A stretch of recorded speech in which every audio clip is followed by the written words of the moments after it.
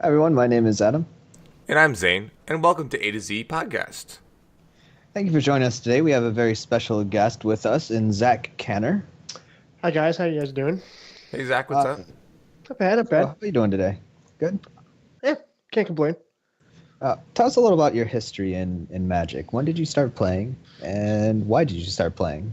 So I started playing in 2010, so it was my freshman year in college. It was like right after I guess like I had some like bad beats I guess in college life, and they started giving out like these like starter intro decks, like 30 cards in a like a little box, like in our mailboxes, and everyone started playing it. And then I watched it play, kind of got like hooked on it, and then got my own two-color deck thing going on and started playing, and then just went downhill from there, I guess. Or uphill, depending on how you I look guess at yeah, it. how you look at it, right? I can't complain about that one. I mean, I know that you travel a lot for Magic, or at least on the eastern side of the United States. When did you start doing that, and are there any specific circuits you like more than others? So I know I started my first event was like probably 4 to 6 months after I started playing. I went to GP Baltimore. Ended up losing my last round for day two, so that was like kind of like soul crushing. Did top 16 event the next day, like they're like one of those TCG classic points things going on. But Nice, after nice. that, I kind of just like stuck to like the SCG circuit. I would go to a GPs once in a while if it was like close by, but I traveled more to the open circuit. So that's pretty sweet. You finished so well so quickly. Did it take you a while to get a better finish after that, or did you have consistent finishes throughout the way? How have you finished in those events? For the most part, they were like kind of consistent. Like I didn't get my first like major top eight until like last year actually. But like I've always ranged between like the top 32 brackets when it came to the opens and like always consistently like did average. So like I couldn't complain. Like I knew like one of those days it was just gonna click. Okay, and it clicked last year. Clicked. Now, you mentioned that you had a top eight. Which tournament was that exactly? It was Baltimore Open July 31st, I want to say. It was like the last weekend in Baltimore in July. What format and what Oh, deck was sorry. that It again? was Sorry. it was standard, and it was my own brew that I made with a bunch of friends. Abzan Control with like 14 planeswalkers. It was right after Oath of Liliana came out, and I was just like in love. It was a week one format last year in 2016. Yeah, I believe it was the week one format. Yep, and no one really knew. Like everyone knew about Band Company, but like they had like some of the new cards coming out from Eldritch Moon, and no one knew how to actually incorporate those yet. So I Like tried it. Avacyn and Well, Avacyn I think was in Shadows, but like it was like the Oath of oh yeah, Liliana. yep, It was like some of the like I think Soren was in that one, stuff like yes, that. yes, Like and that's like I started playing the Soren with Oath of Liliana and all those cards, and just like I said, completely just fell in love. Actually, I think Liliana was in that set too. That was when she got spoiled with the Oath. I can't Yeah, remember so exactly. yeah, but like just a lot of fun. It was great. Sweet, sweet. So that was your highest finish. And that was in standard. Is that your favorite format, or do you have other format that's your favorite format? My favorite format actually is just Legacy. Like, and it's kind of hard to say that because like normally grinders stay away from Legacy, but it's just like one of those things that's always a puzzle because you have to play around all of Magic, right? There's not just 3, 4 sets in Standard that you have to worry about. Like this is almost every card printed in Magic you have to play around. Does that make it more intellectually challenging for you at least, or at least rewarding for you, when you are able to bring a deck to the table and do well with it against a lot of people who, from what I know, the people who do play Legacy are generally versed in it well. Hmm. You know. Yeah, it definitely is rewarding because like I always played a brainstorm deck, so like being able to like successfully brainstorm by like my 10th tournament was like a huge like that's a trophy almost. It's like 5-0 in a league, I think. Yes, yes. So like the fact that I was able to brainstorm and do it well, and then like just grew from that point on, it was just like great. You Now, when deserve a you trophy say, for oh that. yeah, yeah, definitely. When you say brainstorm well, um, there's this misconception that brainstorm, or at least a misconception amongst new players that I've spoken to, that brainstorm is an easy card to play. Why is it difficult? Because like it's never something you do at the end of turn, right? Like you never want to be like, all right, turn one, end of turn, brainstorm. It's something like you have to know when to fire it off and how to fire it off. Do you fetch afterwards? Do you play it with the fetch? What do you put back? What's the reason for brainstorming? What are you looking for? It's like 10 different things that you could be doing with that brainstorm, and it may not even be correct. Like if you just miss one of those steps, then it's just wrong. So, I mean, like, just everything's going on at the same time when you brainstorm. It's one of those things like you see all the cards you want, and you're like, I want one more, but do I fetch now? Do I get the land? It's a lot of decisions. A Right, like, lot of decisions. and especially when you're playing against like miracles, you have to like sometimes bait your brainstorm when it's like when it doesn't matter to see how they spend their top and all that too. Yeah, Crazy, it's all crazy things in Legacy. Mind it seems like there are games. just a lot. There are a lot of lines of play. There's a lot of puzzles that need to be solved, and one would say that the best way to get used to these, or at least recognize the puzzles and the lines of play, are to just, as you said, be a grinder and grind out leagues, grind out games, matches, Yep. tournaments, and everything else. Now, how long have you been a grinder, and are you still one? So like I guess I dedicated to grinding after graduating college in 2014. That's when like I had like a play group of friends from my LGS, and we would just travel to like any open in like driving distance with which would be about 8 to 10 hours for us. And we would just like leave Friday night after work. We'll get there 2 in the morning, get about 4 hours of sleep after we test like a couple matches, and then get ready to play. As of now, I don't grind as much. I definitely like I want to start doing it again because I definitely miss touring and going to every event possible. So I think I'm gonna start picking it up again. But so I think I'm like I guess I don't know like coming out of retirement as a grinder. So I think that's the best way to put it. You were good enough to retire? Yeah, I think I could still have a couple few good closes with me. Okay. We'll try it out. It never hurts to work on it, right? And No. for the viewers or listeners who are unfamiliar with these terms, we have a lot of terms in Magic, at least in the paper circuit. We have grinders, we have teams, we have pros. Now, how do you differentiate, let's say, a grinder versus a pro? So a pro is someone who like plays on the pro tour always, right? Like he's always queued, he's on the train, and he's trying to get platinum. A grinder is someone who just goes to events for the best, like I guess EV, like expected value out of the event. Meaning like you think you're just trying to go for the best cash finish, and you're gonna put yourself in the best position to do that. So like if you have an event that you think like let's say there's two events going, right? Even if it's at a local game store, and it's like standard and modern, both price paying out the same amount, you're gonna go to the one that you feel better at instead of just going to the one that's closer, right? And so I think that's like more of what a grind is, where you just care more about the cash finish or the points or whatever you're grinding towards. Now, do you have a preference on where to grind? Is it primarily paper for that EV, or is Moto a good platform to work on that EV grinding as well? I think Moto is Garbo, to be honest. I think but it's a necessity though. I Right. think paper is better to grind because that's where you can get actual like monetary value or like the best monetary value, and like Moto just helps you do well at those events. But you can't 5-0 all day and just get infinite dollars?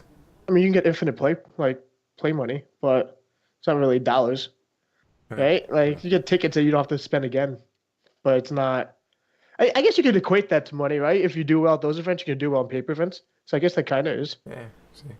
If you want to try to put a spin on it. Like if you go like, 5-0s in a row, that's a 15-0 at a GP, right? Yeah, just like that. Actually, you can just carbon paste that over. Yeah, right, Carbon right. copy.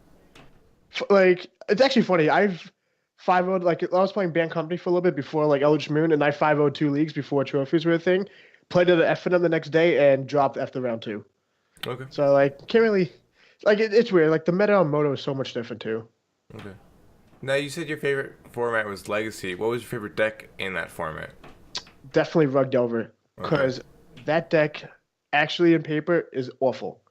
But like learning how to get every value out of each bad card that you have to register for every event is like so rewarding, and it's just really hard. I think it's like one of the most like challenging decks to play well. Like obviously you could have those draws where you're like, all right, turn one Delve, it flips Stifle Right. Wasteland, and you just don't have any more lands. And then you have like the games when it's like against Miracles, where it's like a tough matchup, and you have to try to grind out and know when to stifle, when to daze, how to daze, stuff like that. So like I think it's like again really rewarding and it's really fun. Okay.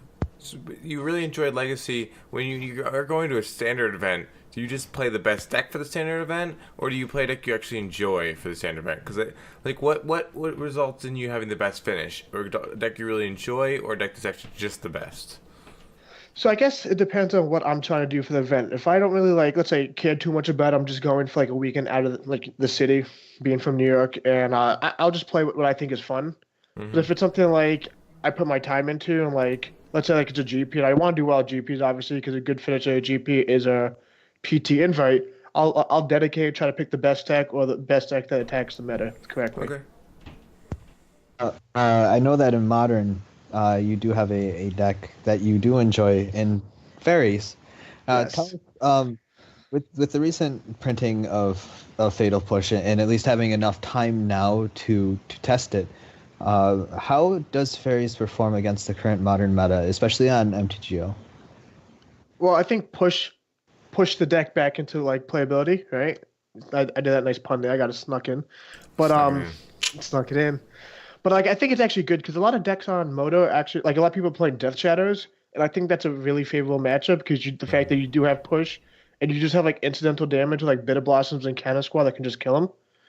I don't think the deck is very good also, but I think because I know how to play Delver well and it's one of those tempo like aggro control decks, I could play it optimally enough to do well at an event.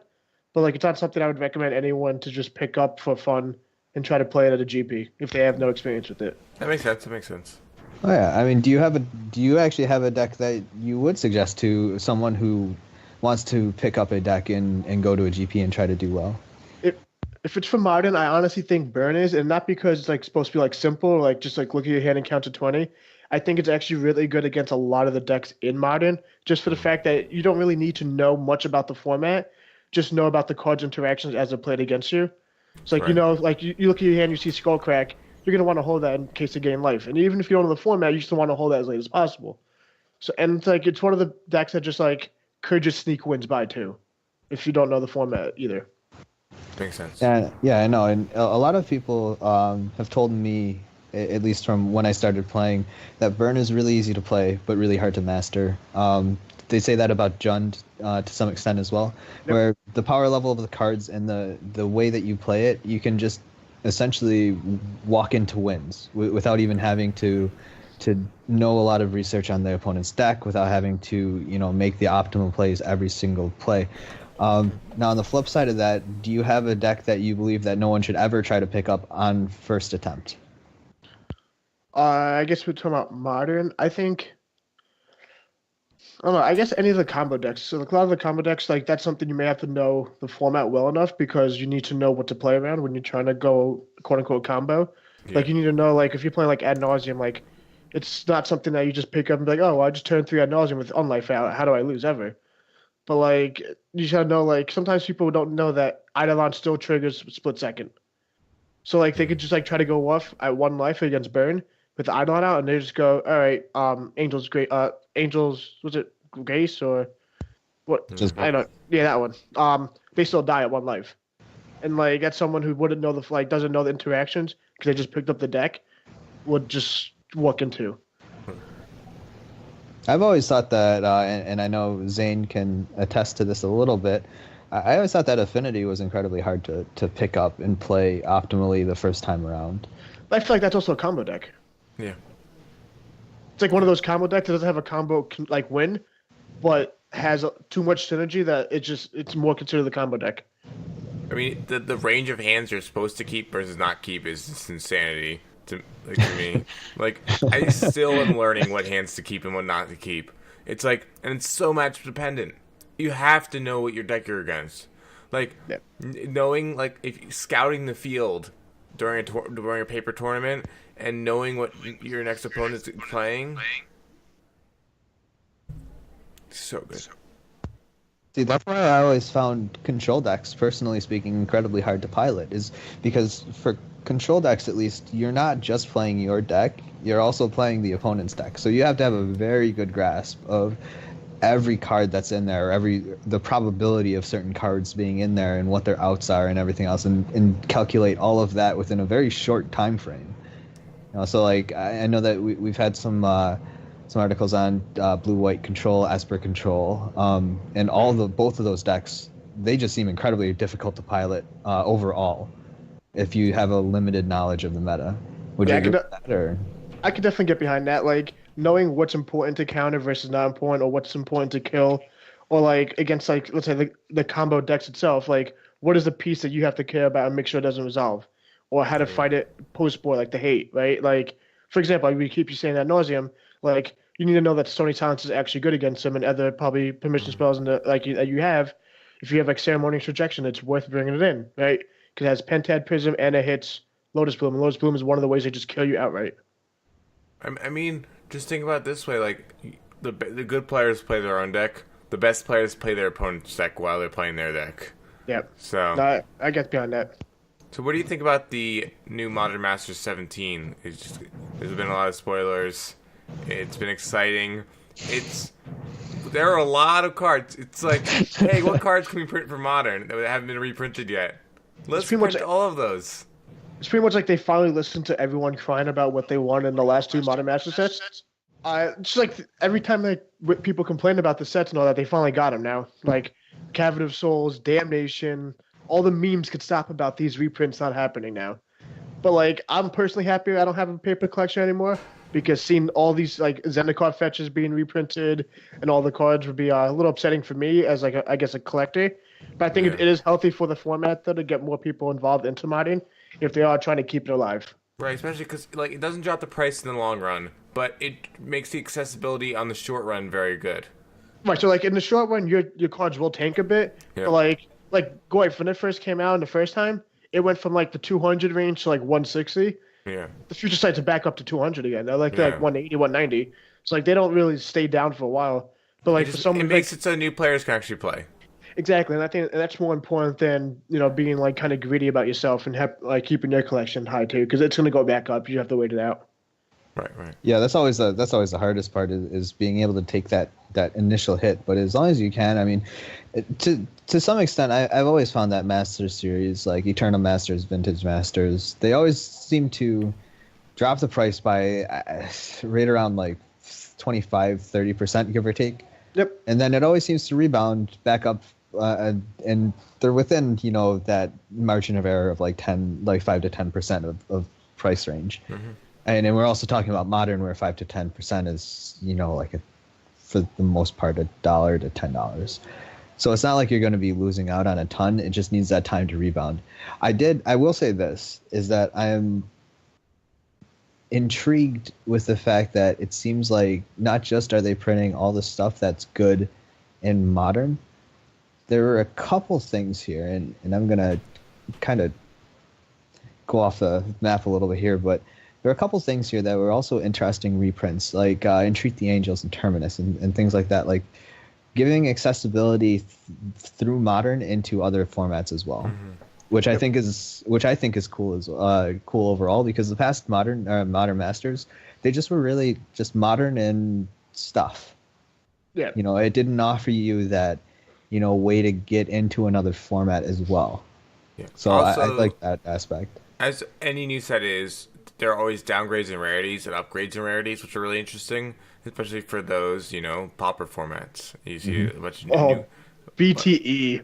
bunch of new like all these new commons like BTE, Burning Tree Emissary, Augur Bolas, Magma Jet, like Papa should be fun again. hello, Magma Jet Augur Bolas deck, yes please, like But now you get like Seagate Oracle and Augur Bolus. yes, Oh. and Magma Jet in the same deck with the bolts and with your Mono snow blue- lands and screds. Mono Blue Devil just got that much better. Oh yeah, you're right.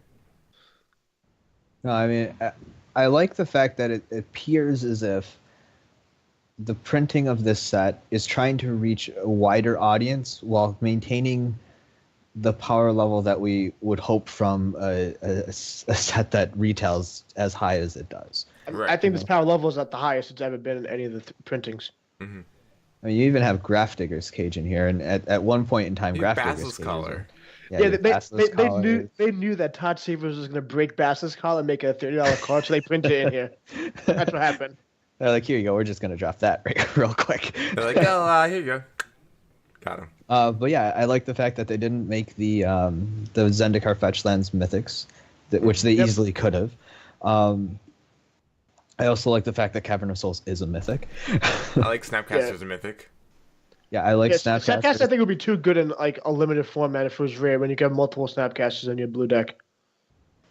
I like the reprint on Voice of Resurgence, clearly. Yeah. I mean, obviously, Cavern of Souls, Liliana the Veils, all those are really good. I mean, you even get the thing is that you even get Terminate, Abrupt Decay is a charm. Like you get a very wide range of cards that are just spoiled too. Good. Yeah. Huh? Is it charm spoiled too? Is it charm the Signets, Serum Visions, all them. Oh wow. Yeah, Serum Visions is in here. Path to Exile. Yep.